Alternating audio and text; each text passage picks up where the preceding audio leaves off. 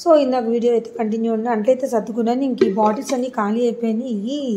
శుభ్రంగా తుడిచి పక్కన పెట్టుకున్నాను. నెక్స్ట్ వచ్చి ఇది ఇప్పుడు తాలింపు వేసేద్దాం అనుకుంటున్నాను. సో ఇది బచ్చల కూర, పచ్చెనపప్పు, ఉల్లిపాయ, చింతపండు వేసి జస్ట్ 1 విజిల్ ఆనిచ్చాను అనమాట.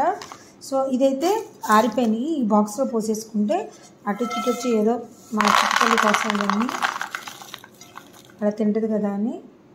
సో కింద పడిందని ఫీల్ అవ్వకండి, నేను చాలా నీట్గా తుడుచుకున్నాను కదా, సో నో ప్రాబ్లం. సో ఇదైతే బాక్స్లో పెట్టేసి మూత పెట్టేద్దాం. ఇక్కడ పెట్టేసి వాళ్ళ గ్లాసులు మంచిగా తాగడానికి వచ్చినప్పుడు కనిపిస్తాయి కదా, చూసి తింటారనే ఉద్దేశంతో అక్కడ పెట్టాను. సో ఇప్పుడు ఇదైతే తాలింపు వేయడానికి రెడీ చేసుకుందాం. ఫస్ట్ ఏం చేయాలంటే దీంట్లో పసుపు, కారం కొంచెం వేస్తున్నాం. ఆ బుడ్డదాన్ని కొంచెం పక్కకు తీసాక మళ్ళీ వేస్తాను. సో ఉప్పు, ఈ 3 వేసుకుని బాగా చక్కగా ఎనిపేసుకుందాము. అంటే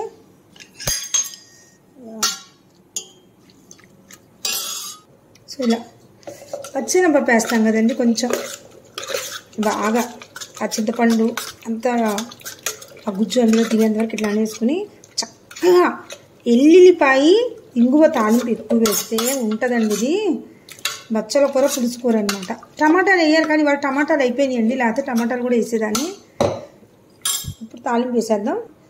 నేను తాలింపు కోసం అయితే పొయ్యి ఖాళీ చేయాలి కదా. ఈ కుక్కరు ఏం చేశారంటే బ్రౌన్ రైస్ కూడా వేస్తాయండి. ఒక్కసారి బ్రౌన్ రైస్ అయితే అందరు తెల్లకపోతున్నారని కొంచెం బ్రౌన్ రైస్ కొంచెం మామూలుగా వేసి చేస్తాను అనమాట. ఇప్పుడైతే తాలింపు అయితే వేసేసుకున్నాం అనమాట. గుమగుమలాడే వెల్లుల్లిపాయ ఎక్కువ వేసే తాలింపు చాలా బాగుంటుందండి. ఏదైనా మనం ఓపెన్ చేసుకుని నిదానంగా చేస్తే ఏ కూరైనా తినని వాళ్ళు కూడా తింటారు. ఆ ఫీలింగే అక్కర్లేదు, అమ్మో ఇది తినరు వాళ్ళు, ఇది తినరు వీళ్ళు అని వద్దు. అందరూ అన్నీ తినాలి అంటే మనం కొంచెం ఓపెన్ చేసుకుని కొంచెం టేస్టీగా చేయాలి. సో ఇప్పుడైతే నూనె కాగంగానే చక్కగా ఎండుమిరపకాయలు, చాయ్ మినపప్పు, ఆవాలు, యాజ్ యూజువల్ అందరి ఇంట్లో చేసేటే జీలకర్ర,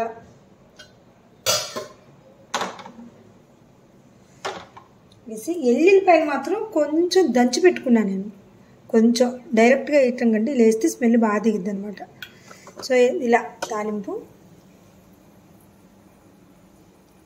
ఎండుమిరపకాయలు కూడా మరీ ఎక్కువ వేయాలి. మా బుడ్డదానికి, మా చిట్టి తల్లికి మళ్ళీ కారం ఉంటే తిందండి, అందుకని కొంచెం తక్కువ వేసా. కారం కూడా దాని వరకు సపరేట్ తీసాక మళ్ళీ వేస్తాను అనమాట.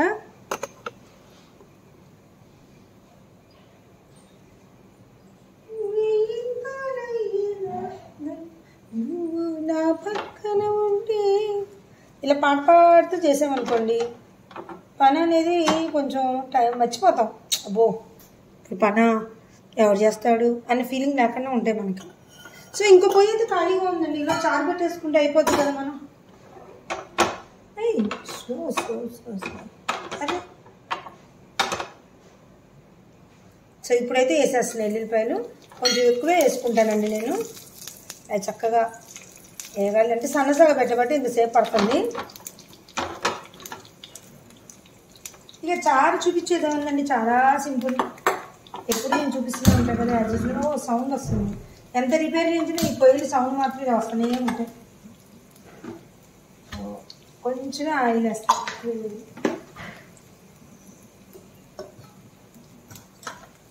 చారు తాళం వేసేసుకుంటే అన్నీ నేను ముందే రెడీ చేసి పెట్టుకుంటాను కాబట్టి అటు ఎన్ని చేసినా కూడా ఒక పనిలా అనిపిదండి. సో ఇంగువ అయితే ఎక్కువ వేసుకుంటున్నా చూడండి ఇట్లా. ఆ ఇంగు వాసన దిగితేనే కదా టేస్ట్ ఉండేది. సో అందుకని సో ఇదైతే ఇప్పుడు పొయ్యి మీద పెట్టేసి దాన్ని పెట్టి వేసి దీన్ని ఇప్పుడు బాగా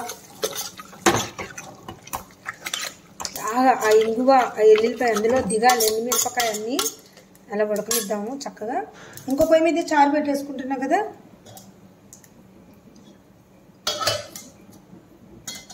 చాలా ఈజీ ఏముందండి చారు అనేది, అలవాటు అయిపోయింది.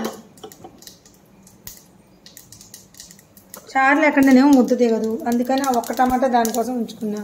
దీంట్లో కూడా ఇంగువ ఎక్కువే వేస్తా. ఇంగువ ఎక్కువ వాడటం వల్ల అండి మాడకుండా ఉండి ఇలా తాలింపు వేసేసుకుని మనం ఇంగువ ఎక్కువ వాడితే గ్యాస్ ట్రబుల్ కూడా ఉండవండి, పోతాయి గ్యాస్ ట్రబుల్.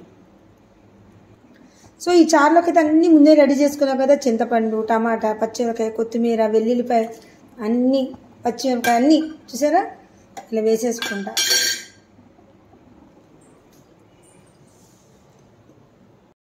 ఈ చారు ఎందుకో నాకు లేకపోతే అసలు ముద్ద కొడితే కదండి, కూర లేకపోయినా తింటానేమో కానీ చారు లేకపోతే ఏంటో అసలు చిన్నప్పటి నుంచి అలవాటు. మేము అందులో ఈ చారు పొడిలో బయట కొనం కదా, ఇంట్లోనే చేసుకుంటాం. చారు పొడి ఇలా బాటిల్ పైపే వచ్చింది కూడా. ఇది చక్కగా దీంట్లో ధనియాలు అలానే కందిపప్పు అన్నీ ఒకసారి చూపించాక తయారీ విధానం. 2 మిరియాలు, జీలకర్ర. ఆ స్మెల్ ఏంటంటే చాలా బాగా వస్తుంది అనమాట. ఆ స్మెల్కే తినేయాలనిపిస్తుందండి బాబు.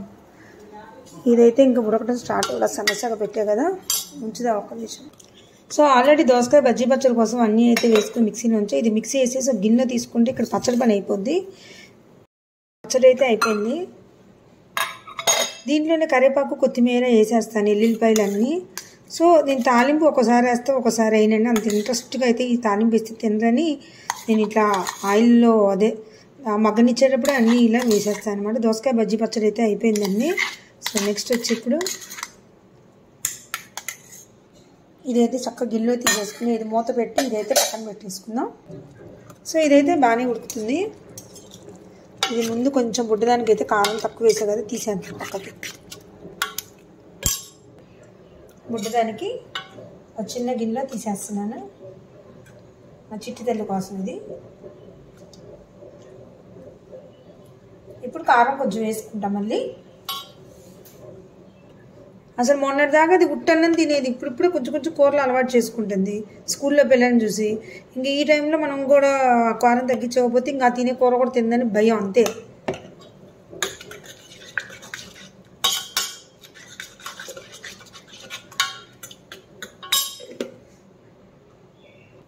సో ఇది కూడా మూత పెట్టి పక్కన పెట్టేసుకుందాం. ఇక్కడికి వచ్చేసరికి అన్నీ బయటే ఉన్నాయి, ఎందుకంటే ఇప్పుడే కదా అన్నిట్లో వేసాను, మళ్ళీ అక్కడ సర్దేయాలి. సో కారం ప్లేస్లో కారం, సో ఈ చారు పొడేమో పయ్యర్లో.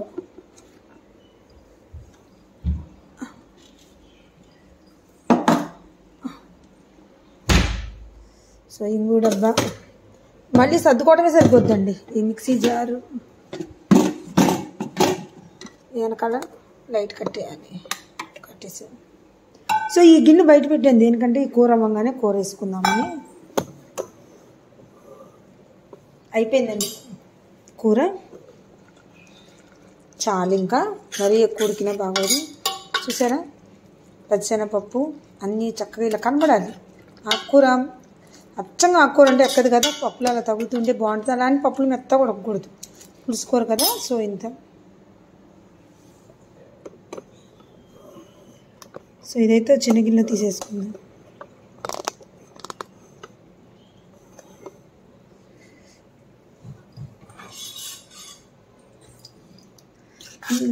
మా వాళ్ళు అయితే ఈ పులుసు కూరలోకి పొటాటో చిప్స్ నంచుకుంటారు. ఆల్రెడీ నిన్నే తెచ్చారు ఆయన, ఇంక అందుకని వాళ్ళు చేయలేదు.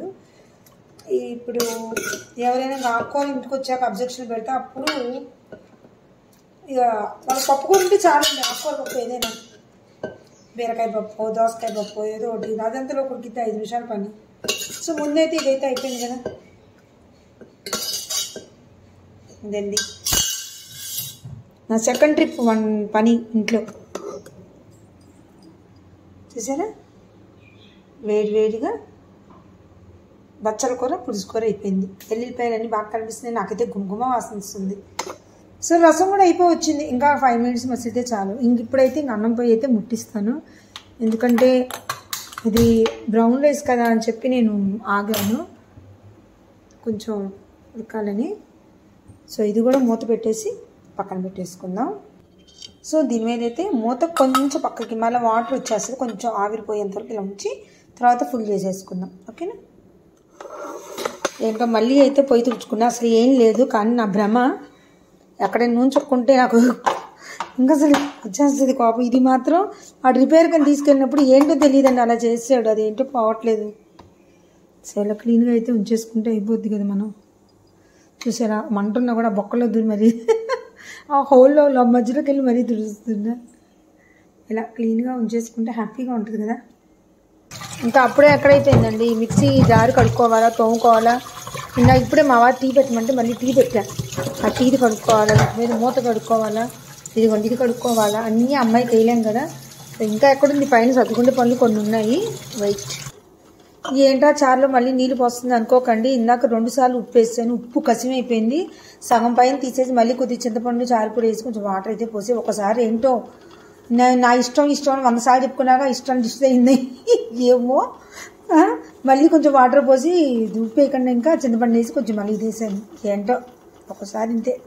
సో మొత్తం మీద అయితే రెడీ అయిపోయిందండి. సలాడు, పచ్చడి, బుడగల కూర, మళ్ళీ మా కూర, రసము, పొటాటో చిప్స్ బయట పెడితే ఈ రోజు అయితే అయిపోయిందండి. ఇప్పుడు టైం వచ్చి 11 గంట. ఒక అరగంట నా ఆన్లైన్ చేసుకుంటా, నా మగ్గం వర్క్ బిజినెస్ చేసుకుంటాను. ఇప్పుడు ఇందాక గ్యాప్లో కూడా కొంచెం చేసుకున్నాను, బట్ మళ్ళీ లేచి మళ్ళీ ఇవన్నీ చేయాలి కదా. అది బాయ్ అండి. నచ్చితే లైక్ చేయండి, షేర్ చేయండి, సబ్స్క్రైబ్ చేయండి మర్చిపోకండి. బాయ్.